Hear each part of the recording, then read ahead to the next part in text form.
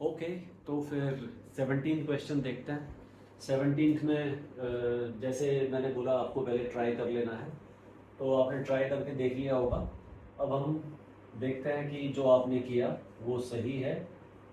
ये इस तरह से क्वेश्चन दिया हुआ है x upon e raise to x square, और जैसे मैंने दो चीज़ें पहले डिस्कस कर ली आपके साथ कि या तो डेरिवेटिव आप बना दो या फिर कांस्टेंट को एडजस्ट कर लो।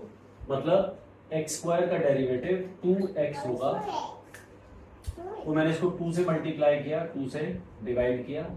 अब हम एक्स स्क्वायर को t मान लेते हैं, तो ये होगा 2x dx equal to dt। अब क्योंकि मैंने 2 से मल्टीप्लाई कर दिया तो ये ऑलरेडी इस तरह से एडजस्ट हो गया कि डेरिवेटिव है 2x dx dt, पूरा पुट कर सकते हैं। अदरवाइज इस 2 को मुझे उधर शिफ्ट करना पड़ता, फिर हम dt बाई 2 लिखते। दोनों तरीके से आंसर सेम आने वाला है, कोई प्रॉब्लम नहीं है। तो हम लिखेंगे half as it is 2x dx equal to dt whole divided by e raise to t। बिल्कुल सही लग रहा है अभी तक।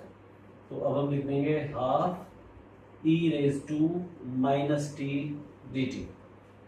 अब यहाँ पे एक पॉइंट है कि एक तो हमने शुरू वाले इंटीग्रेशन में ये डिस्कस किया था कि t की जगह जैसे यहाँ पे माइनस टी है तो इसके डेरिवेटिव से हमें डिवाइड भी करना चाहिए, या फिर अगर आप सब्स्टिट्यूशन पे प्रोसीड करना चाहते हो तो इस माइनस टी को अब आपको u मानना चाहिए। तो दोनों चीज़ों से आप सेम आंसर पाएंगे वैसे। तो अब मैं इसको हाफ एज इट इज लूंगा, e पावर माइनस टी। एक तो इसका डेरिवेटिव e पावर x का डेरिवेटिव e पावर x होता है, तो इंटीग्रेशन भी सेम रहता है। लेकिन क्योंकि ये t की जगह माइनस टी है तो इसका डेरिवेटिव -1, उससे हम डिवाइड भी करेंगे, प्लस c। अब t की वैल्यू पुट करनी है हमें, इम्पोर्टेंट है। सो माइनस हम आगे ले लेते हैं e raise to minus t which will be minus x square plus c. अब ऑब्जेक्टिव में है तो ऑप्शंस पे डिपेंड करेगा कि आप इसको डिनोमिनेटर में ले जाएं, और अगर सब्जेक्टिव में आंसर देना है तो इस पे भी छोड़ सकते हैं, 1/, भी कर सकते हैं। दोनों ठीक है, इस तरह से भी ठीक है, अगर आप वैसे छोड़ दें तो ठीक है। 17th में भी कोई ज़्यादा दिक्कत नहीं आई, तो अब हम 18th पिक करेंगे। तो 18th क्वेश्चन में तो अब आप खुद ही बता देंगे, मुझे अब ये विश्वास होने लग गया है। अब आप खुद ही कर चुके होंगे या अभी देख रहे हैं तो सोच रहे होंगे, ये तो दिख रहा है साफ साफ, tan इनवर्स x का डेरिवेटिव 1/1 प्लस एक्स स्क्वायर होता है। तो बिल्कुल कोई ऐसी डाउट वाली बात ही नहीं है कि किसको t लेना है। tan इनवर्स x को t लेंगे और दोनों तरफ डिफरेंशिएट करेंगे, तो 1/1 plus x square dx will be equal to dt। एकदम सही। इसके बाद हम इधर पुट करेंगे वैल्यूज, तो ये अपने पास आ गया e पावर t और dx upon 1 plus x square equivalent to this is dt। e power t will remain as it is e power t, and just plus c will be mentioned because of indefinite integration. This is constant of integration, we know already. So e power t, then we substitute value of t which is tan inverse x e raised to tan inverse x plus c। बहुत बढ़िया, आप बड़ा अच्छा कर रहे हैं। अब हम जिस क्वेश्चन की तरफ आ गए हैं वो है 19th क्वेश्चन। बहुत इंटरेस्टिंग, बड़ा अच्छा क्वेश्चन है।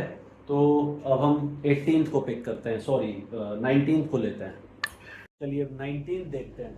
19th क्वेश्चन में अभी तक जैसे मैं पीछे एक जगह बात कर रहा था, direct substitution, indirect substitution, derived substitution, तो मैंने बोला था कि उसको थोड़ा सा आप ट्राई करके देखिएगा कि हर एक क्वेश्चन को करते हुए आप उनको डायरेक्ट, इनडायरेक्ट और डेराइव्ड का नाम दें।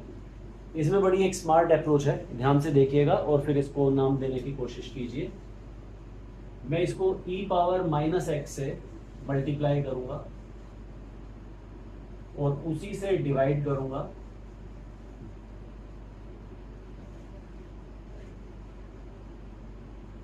अब e पावर माइनस एक्स से मल्टीप्लाई करेंगे तो e power x minus e power minus x divided by E power x plus E power minus x. ये हुआ क्या है इधर, जैसे मैंने ई पावर एक्स को इधर मल्टीप्लाई किया तो ई पावर 2x और ये बेस जब सेम होते हैं और मल्टीप्लाई करेंगे तो पावर्स ऐड हो जाती हैं, लेकिन क्योंकि ये माइनस एक्स है तो वो सब्ट्रैक्ट हो जाएगा एक्चुअली, और ये आगे तो एज इट इज मल्टीप्लाई हुआ है। तो ये वाले स्टेप में ध्यान दीजिएगा, ई पावर एक्स इसकी वजह से लिखा है मैंने। ओके, तो अब इसमें क्या हुआ कि अगर हम डिनोमिनेटर को देखें और इसको अगर हम t के इक्वल ले लें, e power x e power minus x this whole is equal to t, and if we differentiate e power x will be as it is e power x, e power minus x also will be as it is e power minus x, but then derivative of inside if you remember, अगर ये x की जगह minus x है या कुछ भी है तो इसका डेरिवेटिव साथ में मल्टीप्लाई करना पड़ता है।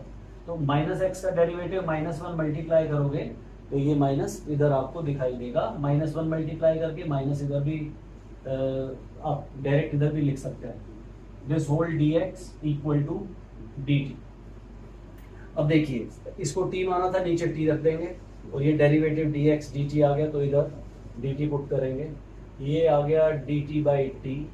इसके बाद हम इसे लिखेंगे log of mode of t plus c, log of mode of t which is e power x plus e power minus x plus c. This quantity is already positive, so even if we remove this mod sign, that does not make any difference. But since we are in a habit of putting this quantity, whatever is there with log, we are in a habit of putting this quantity in a mod sign. So that is why this mod. Otherwise, this quantity is positive. अब अगर आप 20th question में देखेंगे तो 19th को हम जिस form में लेके आए थे e पावर माइनस एक्स से ऊपर नीचे मल्टीप्लाई करके, ये तो ऑलरेडी उस फॉर्म में है। अगर आप ध्यान देंगे इसका डेरिवेटिव ऑलमोस्ट ऐसा आ जाएगा, एक कांस्टेंट का डिफरेंस हो सकता है, उसको हम बैलेंस कर लेंगे। कांस्टेंट को हम इधर उधर क्रॉस मल्टीप्लाई करके एडजस्ट कर लेते हैं, तो हम बोलेंगे e power 2x plus e power minus 2x let it be equal to t, then differentiating both sides we get e power 2x into 2 e power minus 2x into minus 2 whole dx equal to dt.